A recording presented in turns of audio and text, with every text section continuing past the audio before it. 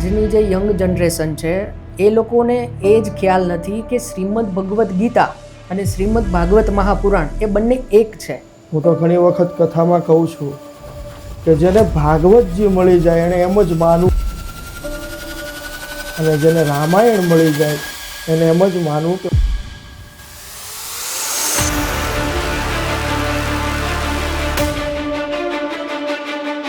અને જ્યાં સુધી શ્રીમદ ભગવદ્ ગીતાની વાત છે તો એ મહાભારતના ભીષ્મ પર્વ અંતર્ગત ભગવાન કૃષ્ણએ અર્જુનને આપેલો જ્ઞાનનો સંવાદ છે. કળિયુગની શરૂઆત ક્યારે થઈ?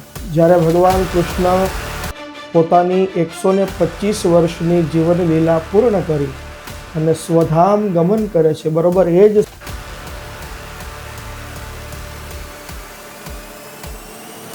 પરીક્ષિત રાજા કળિયુગનું દમન કરે છે અને એને 4 રહેવાના સ્થાનો આપે છે. કે આજના માણસને કળિયુગથી બચવું હોય તો શું કરવું? માણસ કળિયુગને પોતાના ઘરની અંદર લાવ્યો છે, કળિયુગ આપણા ઘરમાં આવ્યો નથી. તો શું આજે ઘરે ઘરે ધુંધુકારી છે? તો એક સામાન્ય પ્રશ્ન જાગે આપણા મનની અંદર કે મરેલાના હાથનું વ્યક્તિ ખાય કઈ રીતે શું? કેવી છોકરી હોય તો જેની સાથે લગ્ન કરી શકાય? કરદમ ઋષિ તપસ્યા કરે છે, 10,000 વર્ષ તપ કરે છે, અને જ્યારે ભગવાન પ્રસન્ન થાય છે અને માંગવા કહે છે ત્યારે માંગે છે કે મને પત્ની આપ. એવા પાત્ર સાથે લગ્ન કરવા જોઈએ. કે મનગમતી કન્યા સાથે મેરેજ કરવા હોય તો એના માટે કોઈ શ્લોક મંત્ર? આ શ્લોકનું વિધિવત જપ, અનુષ્ઠાન અથવા તો પાઠ કરવાથી કોઈ પણ પુરુષને સુયોગ્ય કન્યાની પ્રાપ્તિ થાય છે. હવે આપણા આખા પોડકાસ્ટનો અંતિમ પ્રશ્ન જી, કે આપણા કોઈ દર્શકોને, આપણા કોઈ વ્યુઅરને અથવા તો જે પણ લોકો આ વિડીયો જોવે છે એમને માની લો કે શ્રીમદ ભાગવત મહાપુરાણ પોતાના ઘરે પારાયણ કરવાની ઈચ્છા હોય, મતલબ કે ભાગવત કથા બેસાડવાની ઈચ્છા હોય. આજે આપણે એક પવિત્ર વિષય પર ચર્ચા કરવાના છીએ કે જેનું નામ છે શ્રીમદ ભાગવત મહાપુરાણ, જે માત્ર એક પુસ્તક નથી પણ જીવન જીવવાની એક અદ્ભુત કળા છે. મૂળ સૌરાષ્ટ્રના ભાણવડના પણ જન્મથી જ સુરતના વતની અને સુરતની અંબિકા નિકેતન સંસ્થાના વિદ્યાર્થી તેમજ વારાણસીથી જ્યોતિષભૂષણની પદવીથી સન્માનિત, જેઓ શ્રીમદ ભાગવત, દેવી ભાગવત, શિવકથાના પ્રવક્તા પણ છે, એવા પૂજ્ય શ્રી આશીષભાઈ જાની. જય શ્રી કૃષ્ણ શાસ્ત્રીજી. જય શ્રી કૃષ્ણ દેવભાઈ. શાસ્ત્રીજી, આપણે શરૂઆત ત્યાંથી જ કરીએ કે આજની જે યંગ જનરેશન છે એ લોકોને એ જ ખ્યાલ નથી કે શ્રીમદ ભગવદ્ ગીતા અને શ્રીમદ ભાગવત મહાપુરાણ એ બંને એક છે. શ્રીમદ ભાગવત મહાપુરાણ એ સાક્ષાત ભગવાન કૃષ્ણ છે. શ્રીમદ ભાગવત મહાપુરાણની અંદર વર્ણન છે તેનેયમ વાંગ્મયી મૂર્તિ પ્રત્યક્ષા વર્તતે હરેહે. શ્રીમદ ભાગવત એ કોઈ ગ્રંથ નથી, કોઈ શાસ્ત્ર નથી કે કોઈ પુરાણ નથી, સાક્ષાત કૃષ્ણ છે.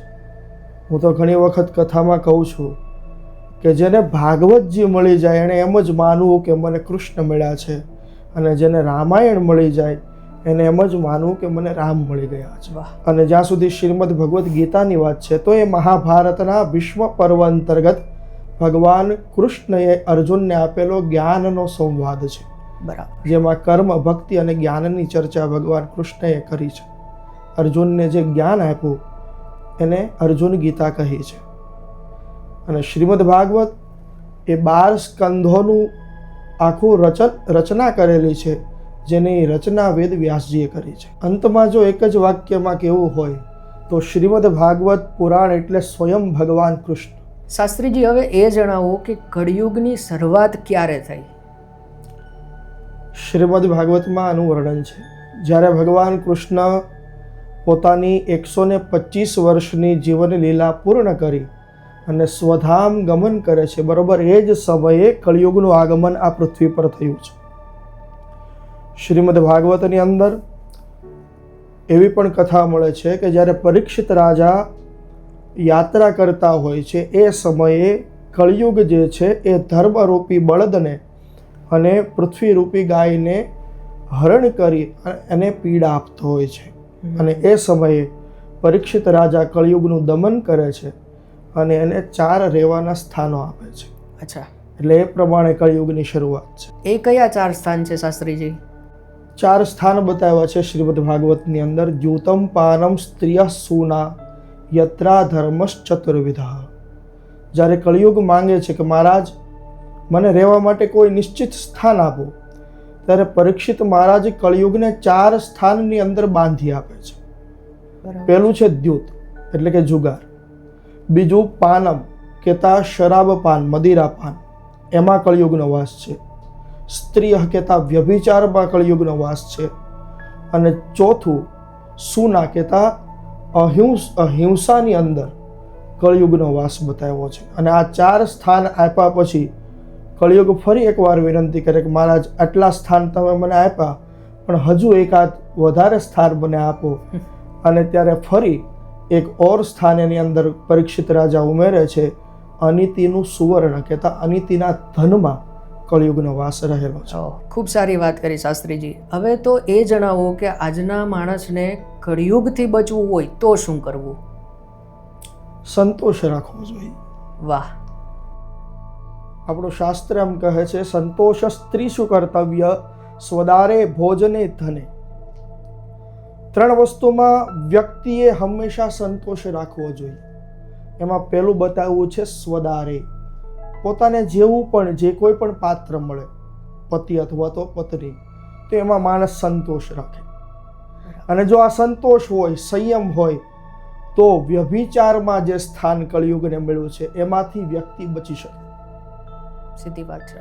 પોતાના પાત્રમાં તમને સંતોષ હોય તો બહાર ક્યાંય તમારી દ્રષ્ટિ વિચાર ફરવાનો નથી, જેથી વ્યભિચારમાંથી તમે બચી શકો. પછી આવે છે ભોજન. જો ભોજનમાં માણસ સંતોષ રાખે, પોતાના ઘરની અંદર જ સાત્વિક ભોજનનો આહાર લે, તો આહારનું આપણા શાસ્ત્રની અંદર અનેક ગણું મહત્વ બતાવ્યું છે. જેવો આપણે આહાર લઈએ છીએ એવા જ આપણા વિચારો બને છે. અને જો સાત્વિક આહાર માણસ લે, ઘરનો આહાર જો માણસ લે, તો વિચારો પણ સાત્વિક બનશે. વિચારો શુદ્ધ હશે તો એનું મન શુદ્ધ હશે, અને જેનું મન શુદ્ધ હશે એનો સંગ પણ શુદ્ધ હશે. વાહ. જેથી જો કુસંગ નહીં થાય તો જે દ્યુત છે કે જુગાર, એવા માણસના સંગમાં હું તમે નહીં આવીએ. કે જુગારનું જે સ્થાન છે ત્યાં કળિયુગ જ્યાં છે ત્યાં આપણે નહીં પહોંચીએ. સારા વિચારો હશે તો બીજાનું ધન પડાવવાની, બીજાની વસ્તુ લૂંટી લેવાની અથવા તો કોઈની સાથે કપટ કરવાની મારીને તમારી અંદર ઈચ્છા નહીં થાય. નીતિવાળું જીવન હશે. પ્રસંગ મજરમ પાશ વ્યક્ત કવિયો વિદુહુ. મનના 2 પ્રકારના ગુણો બતાવ્યા છે, કે તો શુદ્ધ મન અને એક તો અશુદ્ધ મન. શુદ્ધમ કામ વિવર્જિતમ એમ કીધું છે કે મન જ્યારે શુદ્ધ બને તો વિચારો ધીમે ધીમે ધીમે ધીમે ઓછા થતા જાય, ઈચ્છાઓ માણસની ધીમે ધીમે ઓછી થતી જાય, જેથી કરી અને ભગવાનની અંદર એનું મન લાગી જાય. તો આ રીતે કળિયુગને બાંધેલો છે આટલી જગ્યામાં. અને જો સંયમ રાખવામાં આવે, સંતોષ રાખવામાં આવે જીવનની અંદર, અને આપણે ત્યાં જઈએ નહીં, તો કળિયુગ આપણામાં આવવાનો નથી. વાહ. માણસ કળિયુગને પોતાના ઘરની અંદર લાવ્યો છે, કળિયુગ આપણા ઘરમાં આવ્યો નથી. વાહ વાહ, ક્યાં બાત. એટલે જે સંતોષ રાખે તો પરમ કલ્યાણ છે. શાસ્ત્રીજી, તો હવે એ જણાવો કે ભાગવતજીની રચના કોણે કરેલી? શ્રીમદ ભાગવતજીની રચના ભગવાન વિષ્ણુના 17મા અવતાર તરીકે વેદવ્યાસજી આવ્યા છે અને એમણે આ રચના કરી છે. બરાબર. જ્યારે વેદવ્યાસજીએ 17 પુરાણો લખ્યા, વેદોનો વ્યાસ કર્યો, જેથી એમનું નામ વેદવ્યાસ પડ્યું છે. એનું મૂળ નામ છે દ્વૈપાયન. પણ આટલું રચવા છતાં પણ એમને મનમાં સંતોષ ન થયો, શાંતિ ન મળી, અને મનમાં વિચાર આવ્યો. સતત એક વિચાર કરે છે કે મને શાંતિ કેમ નથી મળતી. લોક કલ્યાણના માટે મેં આટલી રચનાઓ કરી. મહાભારત જેવો ગ્રંથ લખ્યો. મહાભારતમાં તો એમ લખ્યું છે કે યન્ન ભારતે તન્ન ભારતે. જે મહાભારતમાં નથી એ ક્યાંય નથી, અને જે મહાભારતમાં છે એ બધે છે.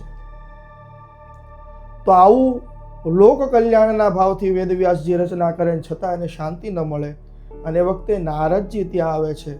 નારદજીને જ્યારે પોતાની શંકા બતાવે છે, ત્યારે નારદજી કહે છે કે મહારાજ, તમે સાચું કહો છો. 17 પુરાણો રચ્યા છે વેદવ્યાસજી, વેદોનો તમે વ્યાસ કર્યો, પણ એમાં બધાની અંદર તમે માત્ર ને માત્ર કર્મની જ ચર્ચા કરી છે, જ્ઞાનની જ ચર્ચા કરી છે. તમે હજી સુધી કોઈ એવું શાસ્ત્ર નથી લખ્યું જેમાં ભક્તિનું નિરૂપણ હોય, જેમાં ભક્તિની પ્રધાનતા હોય, જેમાં પ્રેમની પ્રધાનતા હોય. અને ભગવાનને જો પ્રિય હોય, ભગવાન જો પ્રસન્ન થતા હોય તો પ્રેમથી થાય છે. એટલા માટે હવે તમે કોઈ એવું ઉત્તમ શાસ્ત્ર લખો, એવું શાસ્ત્ર લખો જેનાથી ભગવાન પ્રસન્ન થાય, જેની કથા કરતા કરતા વક્તા પણ રડે અને જેની કથા સાંભળતા સાંભળતા શ્રોતા પણ રડે. અને પછી વેદવ્યાસજી હાથમાં કલમ લઈ અને લખવા માટે બેઠા અને એક ઉત્તમ શાસ્ત્ર લખ્યું જેને આપણે શ્રીમદ ભાગવત કહીએ છીએ. સાક્ષાત ભગવાનનું વાંગ્મય સ્વરૂપ છે. મારા મતે જો કહું તો શ્રીમદ ભાગવત એ કોઈ ગ્રંથ નથી, પ્રેમ શાસ્ત્ર છે. વાહ, એમાં પ્રેમની પ્રધાનતા છે. શાસ્ત્રીજી, આપણે ભાગવતજીની અંદર ધુંધુકારી આવે છે, તો શું આજે ઘરે ઘરે ધુંધુકારી છે? દેવભાઈ, આના માટે પહેલા આપણે એ સમજવું પડશે કે ધુંધુકારી છે કોણ. બરાબર છે. પિતા આત્મદેવ બતાવ્યા છે અને ધુંધુકારીનો પરિચય શ્રીમદ ભાગવતના મહાત્મ્યની અંદર મળે છે. સ્નાન શૌચ ક્રિયાહીનો દુર્ભક્ષી ક્રોધવર્ધિત દુષ્પરિગ્રહ કરતાશ્ચ શવ હસ્તેન ભોજનમ. ધુંધુકારી કેવો હતો, એનો સ્વભાવ શું હતો? તો એક તો સ્નાન વિહીન, એટલે સ્નાન નહોતો કરતો. શૌચ, પવિત્રતા ક્યારેય નહોતો રાખતો. ક્રિયાહીનો, સત્કર્મ, સારા કાર્ય નહોતો કરતો. ઉલટા જે વેદ વિરુદ્ધ છે, શાસ્ત્ર જેની ના પાડે છે, ધર્મ જેની ના પાડે છે, એવા દુષ્કર્મ જ ધુંધુકારીએ આજીવન કર્યા છે. એ સમયમાં પણ એવો માણસ હતો. જી. ક્રિયાહીનો, દુર્ભક્ષી, જે શાસ્ત્ર ના પાડે છે કે આ ન ખવાય, આ ન પીવાય, એવું અભક્ષ્યનું ભોજન ધુંધુકારી કરતો હતો. અને ક્રોધવર્ધિત, સતત ક્રોધ કરતો હતો. ઘણા હોય છે ને શોર્ટ ટેમ્પર, તો સતત ક્રોધી હતો. બરાબર. અને એટલા માટે પાછળથી વેદવ્યાસજીએ લખ્યું છે શવ હસ્તેન ભોજનમ. આનો અર્થ એવો થાય કે મરેલાના હાથનું, મુર્દાના હાથનું ખાતો હતો. ઓહો. હવે એક સામાન્ય પ્રશ્ન જાગે આપણા મનની અંદર કે મરેલાના હાથનું વ્યક્તિ ખાઈ કઈ રીતે શકે? સીધી વાત છે, ક્વેશ્ચન થાય. જો રસોઈ બનાવતો વ્યક્તિ હોય તો એ જીવતો હોય. બરાબર છે. જે રસોઈ બનાવે એને મરેલો કહેવાય નહીં, અને મરદું હોય, શવ હોય તો એ ક્યારેય રસોઈ બનાવી ના શકે. બરાબર છે. પણ શ્રીમદ ભાગવત પુરાણ એ સમાધિ ભાષી ગ્રંથ છે. આની રચના વેદવ્યાસજીએ સમાધિ ભાષામાં કરી છે. ત્યાંનો અર્થ એવો બતાવ્યો છે, જીન હરિ કથા સુની નહીં કાના, શ્રવણ રંધ્ર હિ ભવન સમાના. અમુક લોકો તુલસીદાસજી કહે છે કે જીવતા મરેલા છે. વાહ. જીવતા એનો ખરેખરો થઈ શકે. લ્યો ને. બરાબર છે. તો એમાં વર્ણન મળે છે કે જે ક્યારેય આંખ ભગવાને આપી છે પણ છતાં ક્યારેય પણ મંદિરે જઈને ભગવાનનું દર્શન નથી કર્યું. ભગવાને સુંદર મજાના કાન આપ્યા છે અને એ કાનનું આભૂષણ શાસ્ત્ર બતાવ્યું છે. બરાબર. શ્રોત્રમ કંઠસ્ય ભૂષણમ. ગળાનું આભૂષણ શું છે? શાસ્ત્ર છે. કાનનું આભૂષણ શાસ્ત્ર છે. સત્યકંઠનું આભૂષણ છે.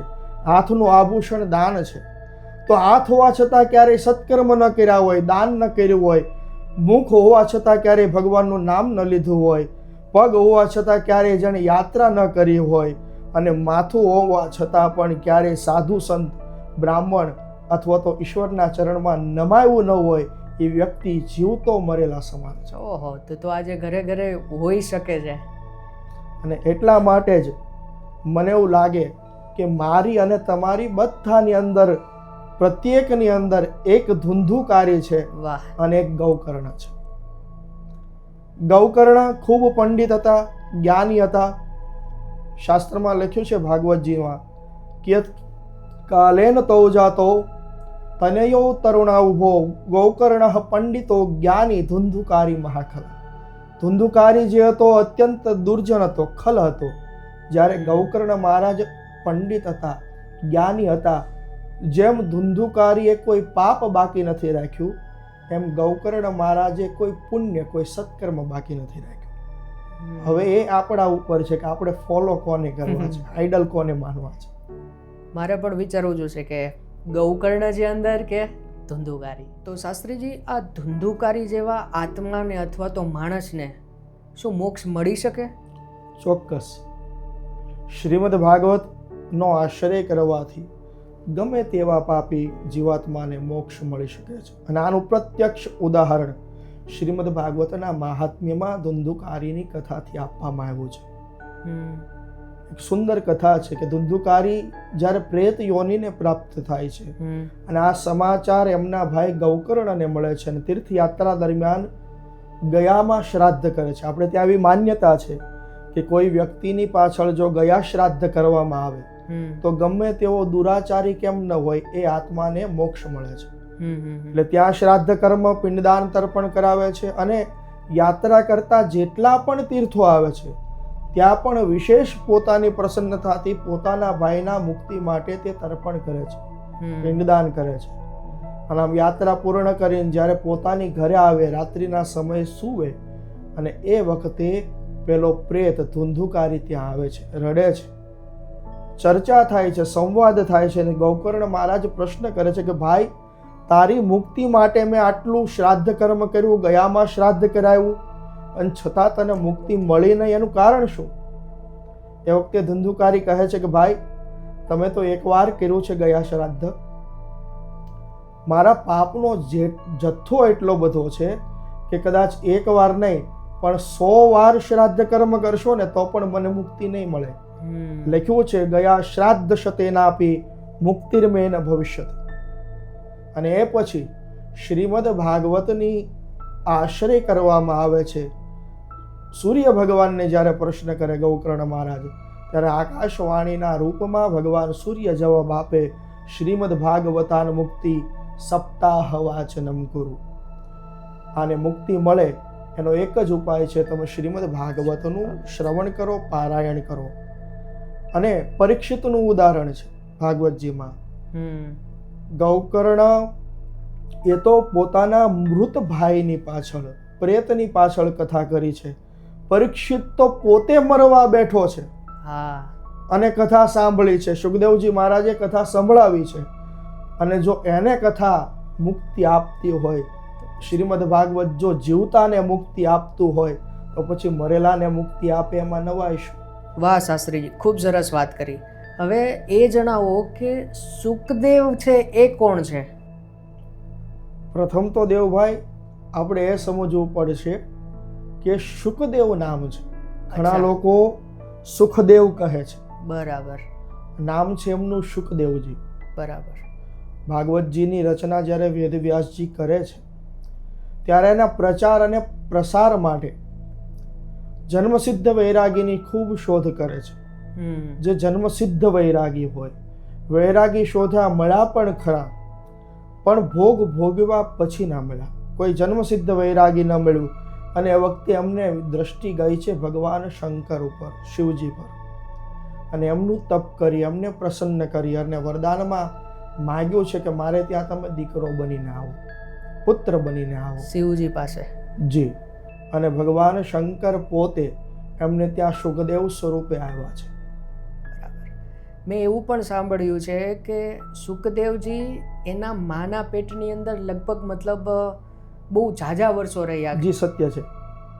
ભાગવતજીની અંદર એવી કથા છે, ભગવાન શિવજી જ્યારે માતાના ઉદરની અંદર પ્રવેશ કરે છે અને 9 મહિના પૂર્ણ થઈ જાય છે, આ બાજુ જન્મ લેવાનો સમય છે, પણ ભગવાન શંકર વિચાર કરે છે કે હું જન્મ ધારણ કરીશ એટલે ભગવાનની માયા મને હેરાન કરશે. બરાબર. એટલે સમય જતો જાય છે પણ ભગવાન શંકર અવતાર ધારણ કરતા નથી.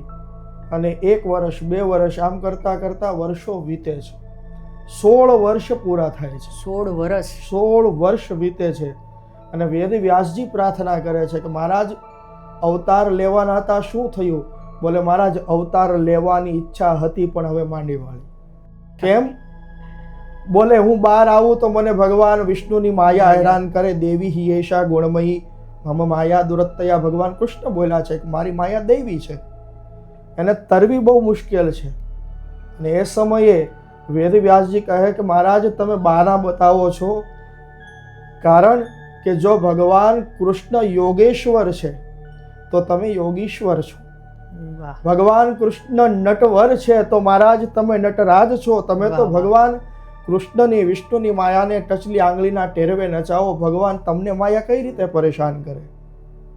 અને છેલ્લે વેદવ્યાસજીની પ્રાર્થનાથી ભગવાન શિવ મનોમન નક્કી કરે કે અવતાર ધારણ કરું, પણ આ સંસારમાં રહું તો મને માયા હેરાન કરે ને, પરેશાન કરે ને. અને વખતે જન્મ ધારણ કરતાની સાથે નાળને ખભા પર નાખી અને સુખદેવજી દોડી જાય છે. ખૂબ જાણીને આનંદ થયો શાસ્ત્રીજી. હવે થોડી આપણે આઉટ ઓફ બોક્સ એક વાત કરીએ. આજની જનરેશન, મતલબ કે આજની જનરેશનને કોઈ એવો છોકરો છે કે જેને સારી છોકરી સાથે લગ્ન કરવા છે, તો કેવી છોકરી હોય તો જેની સાથે લગ્ન કરી શકાય? આ વિષયની અંદર શ્રીમદ ભાગવતજીની અંદર તૃતીય સ્કંધમાં કરદમ ઋષિની કથા આવે છે. કરદમ ઋષિ તપસ્યા કરે છે, 10,000 વર્ષ તપ કરે છે, અને જ્યારે ભગવાન પ્રસન્ન થાય છે અને માંગવા કહે છે ત્યારે માંગે છે કે મને પત્ની આપ. એટલા વર્ષ તપ કર્યા પછી પત્ની? જી. પ્રશ્ન એ જ જાગે કે શું ખરેખર આ વ્યક્તિએ 10,000 વર્ષ ભગવાનનું તપ કર્યું માત્ર પત્ની માંગવા માટે? સીધી વાત છે. પણ ત્યાં કરદમજી ચોખવટ કરે છે, ખુલાસો કરે છે કે પ્રભુ મારે પત્ની જોઈએ, પણ કેવી પત્ની જોઈએ? અને પત્નીના લક્ષણો ત્યાં બતાવ્યા છે કરદમે. તથાસ ચાહમ પરિવોઢુ કામઃ સમાન શીલામ ગ્રહમેધ ધેનુ. પ્રભુ મને પત્ની આપો, પણ કેવી?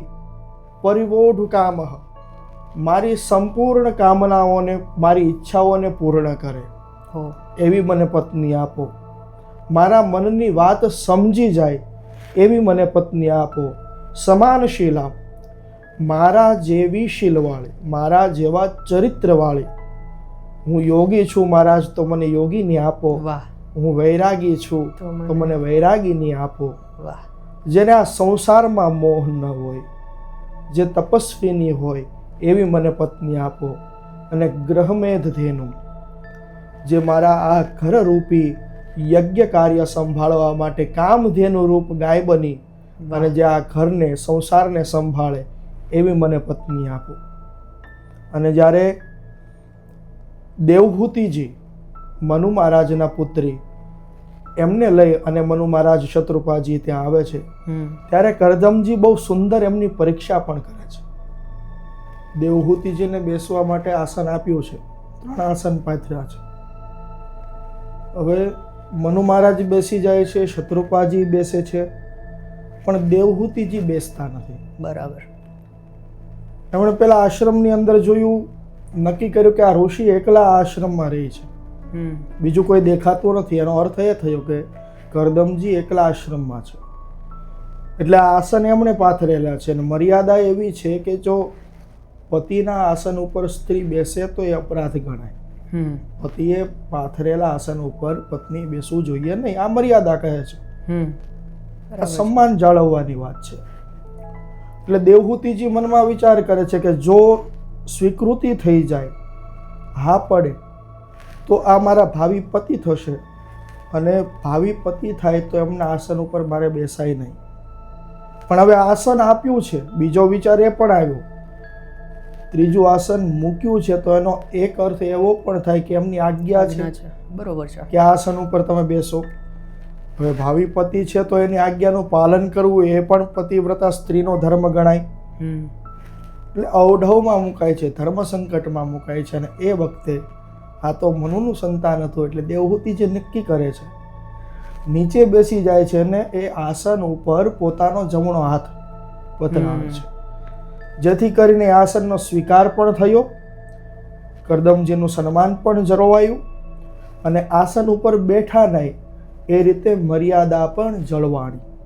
અને જ્યારે આ નિર્ણય દેવહૂતિનો કરદમજી જુએ છે, ત્યારે એ એવા નિશ્ચય ઉપર આવે છે કે આ કન્યા ધર્મ, અર્થ, કામ અને મોક્ષ ચારે પુરુષાર્થને પૂર્ણ કરવા વાળી છે, સહચરી છે, ઉત્તમ સ્ત્રી છે. એટલા માટે એમની સાથે પછી લગ્ન કરે છે. બરાબર.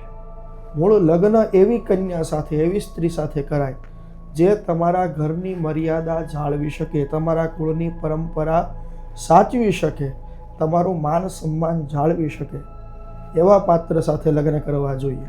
વાહ. તો શાસ્ત્રીજી, હવે એ જણાવો કે કોઈ પુરુષ એવો છે કે જેને કોઈ સ્ત્રી મનગમતી, જેની અંદર આવા ગુણો દેખાય છે, તો એવા પુરુષને એવી સ્ત્રી સાથે મેરેજ કરવા હોય, મતલબ કે મનગમતી કન્યા સાથે મેરેજ કરવા હોય, તો એના માટે કોઈ શ્લોક, મંત્ર?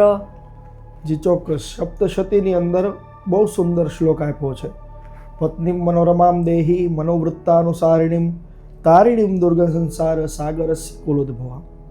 આ શ્લોકનું વિધિવત જપ, અનુષ્ઠાન અથવા તો પાઠ કરવાથી કોઈ પણ પુરુષને સુયોગ્ય કન્યાની પ્રાપ્તિ થાય છે, અથવા તો મનગમતી કન્યાની એને પ્રાપ્તિ થાય છે, એવો આનો પ્રભાવ છે. હવે આપણે કોઈ છોકરીને, કોઈ કન્યાને કોઈ ઉત્તમ પુરુષની અથવા તો મનગમતા છોકરા સાથે મેરેજ કરવા હોય, તો એના માટે કોઈ શ્લોક, મંત્ર?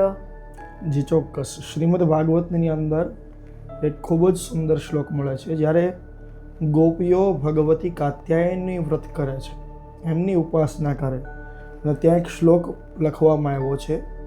કાત્યાયની મહામાયે મહાયોગિન્યધીશ્વરી નંદ ગોપસુતમ દેવી પતિમ મે કુરુતે નમઃ.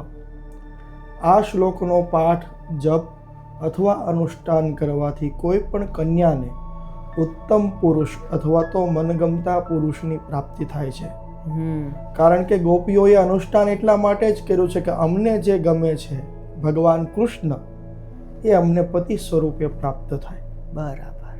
એટલે ખૂબ જ પ્રભાવી આ શ્લોક છે. વાહ. હવે કોઈ કપલ એવું છે કે જેને ઉત્તમ સંતાનની અપેક્ષા છે, તો એના માટે કોઈ શ્લોક, મંત્ર? એના માટે સૌથી શ્રેષ્ઠ ઉપાય છે સંતાન ગોપાલ મંત્ર. સંતાન ગોપાલ મંત્રનું અનુષ્ઠાન કરવાથી, જાપ કરવાથી કે પાઠ કરાવવાથી ઉત્તમ સંતાનની પ્રાપ્તિ થાય છે. બરાબર. એ શ્લોક એ પ્રમાણે છે. દેવકી સુત ગોવિંદ વાસુદેવ જગતપતે દેહી મેં તનયમ કૃષ્ણ ત્વામ અહમ શરણાગત. આ શ્લોકને સંતાન ગોપાલ મંત્ર કીધો છે. આ મંત્રના વિધિવત અનુષ્ઠાન કરાવવાથી, ભગવાન વિષ્ણુનું વિધિવત પૂજન કરવાથી ઉત્તમ સંતાનની પ્રાપ્તિ થાય છે. પછી ઘણી વખત એવું પણ બનતું હોય કે ગર્ભ ન ટકે, અથવા તો સંતાનમાં વિલંબ થતો હોય, તો એના માટે શ્રીમદ ભાગવતમાં ઉત્તરા સ્તુતિની અંદર એક શ્લોક મળે. પાહી પાહી મહાયોગિન દેવદેવ જગતપતે નાન્યમ ત્વદભયમ પશ્યે યત્ર મૃત્યો પરસ્પરમ. જ્યારે અશ્વત્થામાં પેલું બાણ મારે છે ગર્ભની અંદર, અને ગર્ભ બળવા લાગે છે, ત્યારે ઉત્તરાજી દોડી અને ભગવાન કૃષ્ણ પાસે જાય છે અને પ્રાર્થના કરે છે કે પ્રભુ મારી રક્ષા કરો, મારા ગર્ભની રક્ષા કરો. અને એ વખતે આ શ્લોકના કારણે, કારણ કે આમાં પાહી શબ્દનો ઉપયોગ કરવામાં આવ્યો છે, અને એ પણ 2 વાર. બરાબર. પાહી એ સંસ્કૃત શબ્દ છે. ઉર્દુમાં જોઈએ તો એને ગઝલ કહેવામાં આવે. ગઝલ. અને પાહી શબ્દની જો વ્યાખ્યા કરવી હોય બહુ જ ટૂંકમાં, તો કોઈ હરણની પાછળ કોઈ સિંહ પડે અને એક પંજો મારી અને હરણને પાડી નાખે, અને બીજો પંજો મારવા માટે ઉગામે ને એ પંજો પડતા જ હરણના પ્રાણ નીકળી જવાના હોય, એ નિશ્ચિત છે. પણ એ સમયે હરિણના મોઢામાંથી જે અંતિમ ચીસ નીકળે, આર્તનાદ નીકળે કે કોઈ મારી રક્ષા કરો, મને બચાવો, એ ચીસને સંસ્કૃતની અંદર પાહી કીધો છે. બરાબર. અને આ શ્લોકના કારણે ભગવાને પોતાના તમામ નિયમોનો ભંગ કરી, ભગવાન અત્યાર સુધીમાં કોઈના ઉદરમાં ગયા નથી. બધી જ જગ્યાએ જ્યારે સમય આવ્યો ભગવાન પ્રગટ થયા. રામાયણમાં પણ તુલસીદાસજીએ લખ્યું છે, ભય પ્રગટ કૃપાલા. કૌશલ્યજીની આગળ, કૌશલ્યાજીની આગળ ભગવાન રામ પ્રગટ્યા છે, દેવકીજીની અંદર આગળ ભગવાન કૃષ્ણ પ્રગટ્યા છે. પણ આ એક સ્ત્રી એવી નીકળી દુનિયાની પ્રથમ, જેણે ભગવાનને મજબૂર કર્યા કે પોતાના ગર્ભની અંદર આવવું પડ્યું અને પરીક્ષિતની રક્ષા કરવી પડી. ખૂબ જ પ્રભાવી શ્લોક છે. એના પાઠ કરવાથી, એના અનુષ્ઠાન કરવાથી ગર્ભની રક્ષા થાય છે. હવે આપણે ફરી પાછા ભાગવતજીમાં જતા, એક ખૂબ સુંદર કથા છે કે વામન ભગવાન કે જેણે માત્ર 3 જ ડગલામાં સમગ્ર પૃથ્વીને માપી લીધી. એટલે એના વિશે થોડું વિસ્તારથી જણાવો ને. બલિરાજાએ જ્યારે યજ્ઞનો પ્રારંભ કર્યો, જ્યારે દેવતાઓથી સ્વર્ગ જીતી લીધું, ત્યારે શુક્રાચાર્યને પ્રશ્ન કરે છે કે આમ તો અત્યારે સ્વર્ગ ઉપર અધિકાર આપણો થયો છે, બરાબર, પણ કાયદેસર વિધિવત આપણે સ્વર્ગના અધિકારી બનીએ એના માટે શું ઉપાય? અને ત્યારે શુક્રાચાર્યજી એને બતાવે છે કે 100 યજ્ઞ, અશ્વમેધી યજ્ઞ કરવામાં આવે તો એ વ્યક્તિ નીતિ પ્રમાણે વિધિવત સ્વર્ગનો રાજા બને. શતક્રતુ, ઇન્દ્રનો એક નામ છે શતક્રતુ. જે ક્રતુ એટલે યજ્ઞ, જે 100 યજ્ઞ કરે એને ઇન્દ્ર કહેવામાં આવે. એટલે બલિ અહીંયા યજ્ઞ પ્રારંભ કરે છે અને 99 યજ્ઞ પૂરા થઈ ગયા છે. અને આ વાતની ખબર દેવોને પડે છે, એમના માતાને પડે છે, અને કશ્યપજીની પાસે માંગણી કરે છે કે કંઈક મારા પુત્રોની રક્ષા થાય, એમનું સ્વર્ગનું રાજ્ય અમને પાછું મળે, એવો ઉપાય બતાવો. અને પયોવ્રતનો વિધિ સવિસ્તાર બતાવે છે. અને વ્રતના પ્રભાવથી ભગવાન વિષ્ણુ એમને ત્યાં વામન સ્વરૂપે પ્રગટ થાય છે. એટલે બલિના યજ્ઞનો વિધ્વંસ કરવા માટે, બલિને જે અભિમાન છે, અભિમાનનો નાશ કરવા માટે વામનજી ત્યાં જાય છે. વામનજી જ્યારે આવી અને માંગે છે અને બલિને કહે છે કે તું સંકલ્પ કરીને મને આપ, એમનેમ હું દાન ન સ્વીકારું. બરાબર છે. અને વારંવાર જ્યારે કહે છે કે તું સંકલ્પ કર, ત્યારે શુક્રાચાર્યજીનું ધ્યાન ત્યાં જાય છે. અને જ્યારે દ્રષ્ટિ પડે છે એના વક્ષસ્થળ ઉપર વામનજીના, ત્યારે ત્યાં ભૃગુ ચિહ્ન જોઈ જાય છે. એટલે શુક્રાચાર્ય ઓળખી જાય કે આ કોઈ સામાન્ય વ્યક્તિ નથી, આ સાક્ષાત વિષ્ણુ છે. એટલે બલિને પૂર્ણ પરિચય શુક્રાચાર્યજી કરાવે છે કે બલિ સાવધાન, આ કોઈ સામાન્ય બ્રાહ્મણ નથી, આ ભગવાન વિષ્ણુ નારાયણ પોતે છે, જે દેવોનું કાર્ય કરવા માટે આવ્યા છે. એટલે તું આપતો નહીં, કારણ કે જો તું આપવાનું વચન આપી દઈશ તો તારે આપવું પડશે. અને 2 ડગલામાં તો બધું મપાઈ જશે, 3જું ડગલું તું આપી નહીં શકે. અને જો દાન આપવાનું કહીને આપી નહીં શકે તો તારે નરકમાં જવું પડશે. છતાં પણ બલિ કહે છે કે જો વિષ્ણુ સ્વયં મારી પાસે માંગવા આવ્યા હોય તો મારે આપવું છે, અને સંકલ્પ કરવા તૈયાર થાય. ત્યારે શુક્રાચાર્ય એમ વિચારે કે એ ભલે કહે મારે આપવું છે, પણ એ મારો શિષ્ય છે, તો મારે એનું કલ્યાણ થાય એવું મારે કરવું જોઈએ. અને શુક્રાચાર્ય ભ્રમરનું રૂપ લઈ અને સંકલ્પ પાત્રની નાળની અંદર બિરાજે છે. અને ત્યારે ભગવાન વામન દર્ભની સળી આપી અને બલિને કહે છે કે આમાં કંઈ કચરું આવ્યું હોય એવું લાગે છે, તું જરા આને સાફ કરી દે. અને એક આંખ શુક્રાચાર્યની ફૂટી જાય છે. બરાબર. અહીંયા ભગવાન વામનનો સંદેશ એ છે, સાર એ છે કે ગુરુના 2 કર્તવ્ય છે. ગુરુનું પ્રથમ કર્તવ્ય એ છે કે ભગવાનની ઓળખ કરાવે કે ભગવાન કોણ, ઈશ્વર કોણ. શુક્રાચાર્ય કરાવતા. આજના સંદર્ભમાં પણ જોવા જઈએ, કહેવાતા ગુરુ બનીને બેઠા છે, ધર્મગુરુ બનીને કોઈ બેઠા છે કદાચ, તો ગુરુની કર્તવ્ય એ છે કે ભગવાનની ઓળખ કરાવવી કે આ ઈશ્વર છે. પણ બીજો ધર્મ, ગુરુનું બીજું કર્મ એ છે કે શિષ્યને એવી આજ્ઞા કરે અથવા તો એવું જ્ઞાન આપે કે ઈશ્વરના ચરણમાં તારું બધું જ સમર્પિત કરી દે. જ્યારે શુક્રાચાર્ય અહીંયા ચૂક્યા છે. શુક્રાચાર્ય ના પાડે છે કે તું એને કંઈ આપતો નહીં. તો પોતાના ધર્મથી જ્યારે પતિત થયા એટલે એને દંડ આપવા માટે એ દર્ભની સળી આપી છે કે તમે 2 નજરથી ન જુઓ, તમે એક આંખથી જુઓ, એક દ્રષ્ટિથી જુઓ.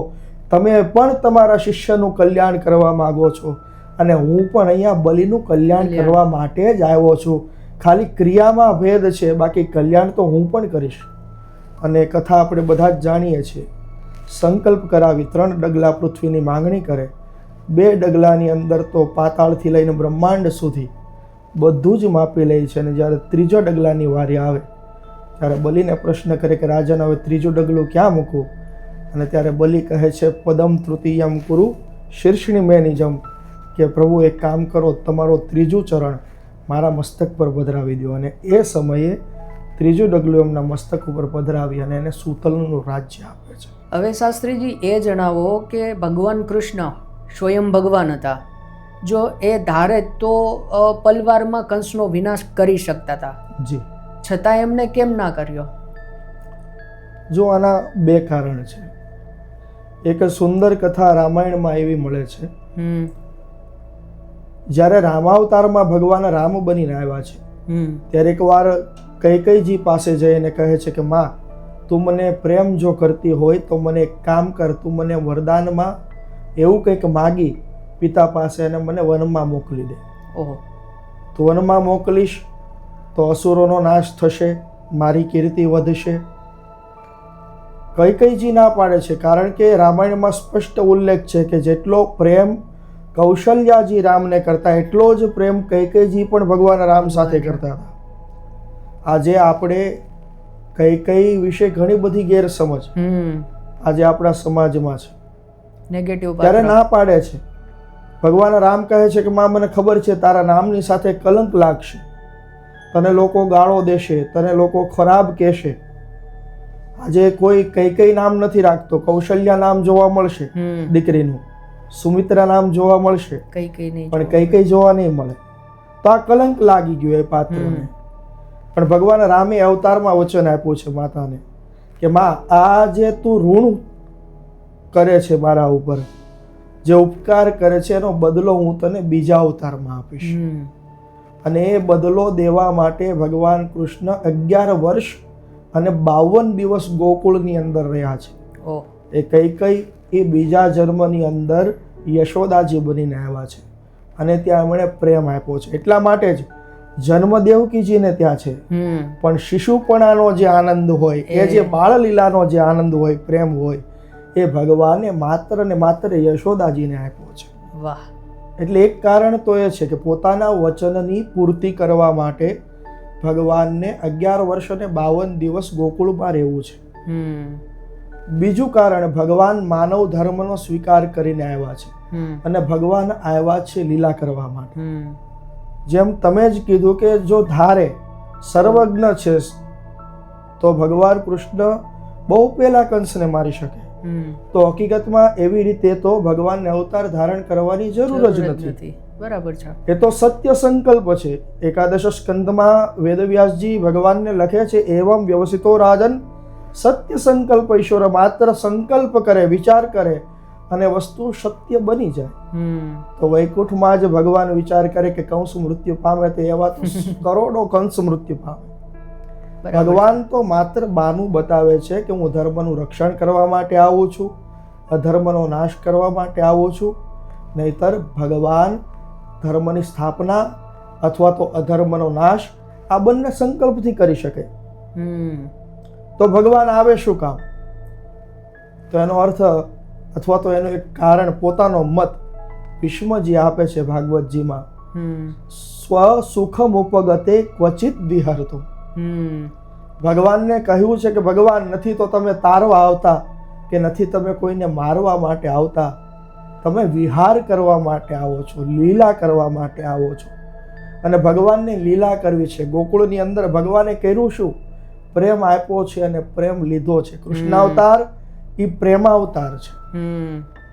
ગોકુળની અંદર ગોપીઓને પ્રેમ આપ્યો પણ છે અને ગોપીઓ પાસેથી પ્રેમ લીધો પણ છે. પ્રેમનું દાન કર્યું છે. પ્રેમનું શાસ્ત્ર આ ભાગવતજી છે. અને એટલા માટે 11 વર્ષ અને 52 દિવસ સુધી ગોકુળમાં રહે છે અને પછી કંસનો વધ કરે છે. વાહ, અદ્ભુત. હવે શાસ્ત્રીજી આપણે એક રેપિડ ફાયર સેગમેન્ટ કરીએ કે જેની અંદર બને એટલો શોર્ટમાં તમારે જવાબ આપવાનો રહેશે. જે ખૂબ આનંદ થશે. શાસ્ત્રીજી, આપણે પિતૃમોક્ષ માટે અંતિમ ઉપાય શું? શ્રીમદ ભાગવત કથા. શ્રીમદ ભાગવત ની અંદર પરીક્ષિત અને ધુંધુકારીનું દ્રષ્ટાંત પણ આપ્યું છે કે ગમે તેવો દુરાચારી હોય, ગમે તેવા પાપ કર્મ કર્યા હોય, મહાત્મ્યમાં પણ આનું પદ્મ પુરાણ અંતર્ગત જે મહાત્મ્ય છે એમાં પણ વર્ણન છે કે આવો પાપી હોય, આવો પાપી હોય, ગમે તેવો દુરાચારી હોય, એને મોક્ષની પ્રાપ્તિ થાય છે. એટલે ભાગવત મૃત્યુ થયેલાને પણ મોક્ષ આપે છે અને જીવતાને પણ મોક્ષ આપે છે. મારું તો એવું માનવું છે કે પિતૃ મોક્ષ માટે તો કરવી જોઈએ, પણ વિશેષ કરીને પોતાના આત્મકલ્યાણ માટે કરવી જોઈએ. વાહ. હવે શાસ્ત્રીજી એ જણાવો કે આપણે ભાગવતજીની જે પોથી હોય છે એની પાસે કોઈ પણ વ્યક્તિ પોતાની વિશ માંગે, પોતાની ઈચ્છા વ્યક્ત કરે તો શું એ પૂરી થાય છે? ચોક્કસ. શ્રીમદ ભાગવત એ સાક્ષાત ભગવાન કૃષ્ણ છે. મેં આગળ પણ કીધું. અને ભાગવતજીમાં એક ખૂબ જ સુંદર શ્લોક મળે છે ભાગવત મહાત્મ્યનો. નિગમ કલ્પ તરોર ગલિતમ ફલમ શુકમુખાદમૃત દ્રવ સંયુતમ. કે ભાગવત એ બીજું કંઈ નથી પણ કલ્પ વૃક્ષ ઉપર લાગેલું અને પાકેલું ફળ છે. વાહ.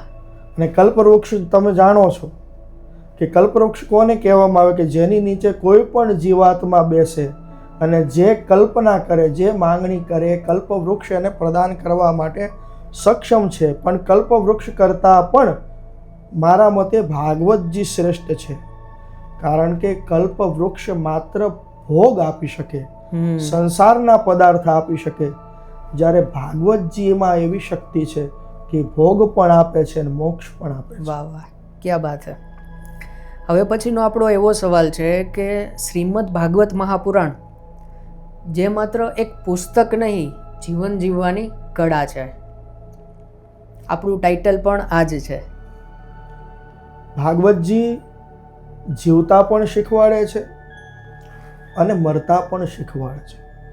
ભાગવતમાં ભગવાનની જેટલી કથા છે એના કરતાં વધારે એના ભક્તોની કથા છે, પરમહંસોની કથા છે, ભાગવતોની કથા છે, જેના ચરિત્રો દ્વારા જીવન કઈ રીતે જીવવું, એક પિતાનો ધર્મ શું, એક પુત્રનો ધર્મ શું, એક પતિનો ધર્મ શું, એક પુત્ર કેવો હોવો જોઈએ, અથવા તો સંસારમાં રહીને પણ પ્રતિકૂળ પરિસ્થિતિઓમાં પણ ભગવાનનું ભજન કઈ રીતે કરી શકાય એ ભાગવતજી શીખવાડે છે. ભાગવતજીમાં ખટવાંગ નામના રાજાની કથા આવે છે, જેને ખબર પડે કે માત્ર એક મુહૂર્ત 48 મિનિટની અંદર મારું મૃત્યુ છે. ઓહો. અને એ વખતે બધી જ વસ્તુનો ત્યાગ કરી પોતાના મનને ભગવાનમાં સ્થિર કરીને એને મુક્તિ મળે છે. તો ભાગવત જન્મ પણ સુધારે છે અને મૃત્યુ પણ સુધારે છે. વાહ વાહ. હવે આપણા આખા પોડકાસ્ટનો અંતિમ પ્રશ્ન જી, કે આપણા કોઈ દર્શકોને, આપણા કોઈ વ્યુઅરને અથવા તો જે પણ લોકો આ વિડીયો જોવે છે એમને માની લો કે શ્રીમદ ભાગવત મહાપુરાણ પોતાના ઘરે પારાયણ કરવાની ઈચ્છા હોય, મતલબ કે ભાગવત કથા બેસાડવાની ઈચ્છા હોય, તો એ વિશે તમે માહિતી આપો જેથી એ લોકો કરી શકે. કથા બે રીતે આયોજન થઈ શકે. એક તો જે આપણે સામૂહિક મોટો મંડપ બાંધી અને કથા સાંભળીએ છીએ, સંગીતમય કથા થાય છે, એ પ્રમાણે પણ કથા આપણે સાંભળી શકીએ અને આપણું કલ્યાણ, આપણા પિતૃઓનું, પૂર્વજોનું કલ્યાણ કરી શકીએ. પણ ઘણી વખત એવું બનતું હોય કે વ્યક્તિની ઈચ્છા ઘણી હોય પણ વ્યક્તિ અસમર્થ છે આર્થિક રીતે. ત્યાં એક ખૂબ સુંદર રસ્તો છે, પારાયણ ઘરે કરાવે, જેને સૌરાષ્ટ્રની ભાષામાં પાટલા પારાયણ કહેવાય. સુયોગ્ય બ્રાહ્મણને, જે વિદ્વાન બ્રાહ્મણ છે, ભાગવતનો જાણકાર છે, એને બોલાવીને ઘરે પણ ભાગવતનું તમે આયોજન કરી શકો, જેમાં મંડપની, સંગીતની કે બીજી ભોજન વ્યવસ્થા આદિની જરૂર પડતી નથી અને જેથી કરીને મોટા ભાગનો જે એક્સપેન્સ છે, તમારો ખર્ચો છે, એ બચી જાય છે અને ભાગવતજી તમે સાંભળી શકો છો. અથવા તો એવું પણ થઈ શકે કે એકલો વ્યક્તિ સમર્થ નથી તો 5 જણાને પોતાની સાથે જોડી સંગઠન બનાવીને પણ ભાગવતજીની કથા કરી શકાય અને સાંભળી શકાય. વાહ શાસ્ત્રીજી, તમારી સાથે ખૂબ આનંદ પડ્યો. ધન્યવાદ. જય શ્રી કૃષ્ણ. જય શ્રી કૃષ્ણ.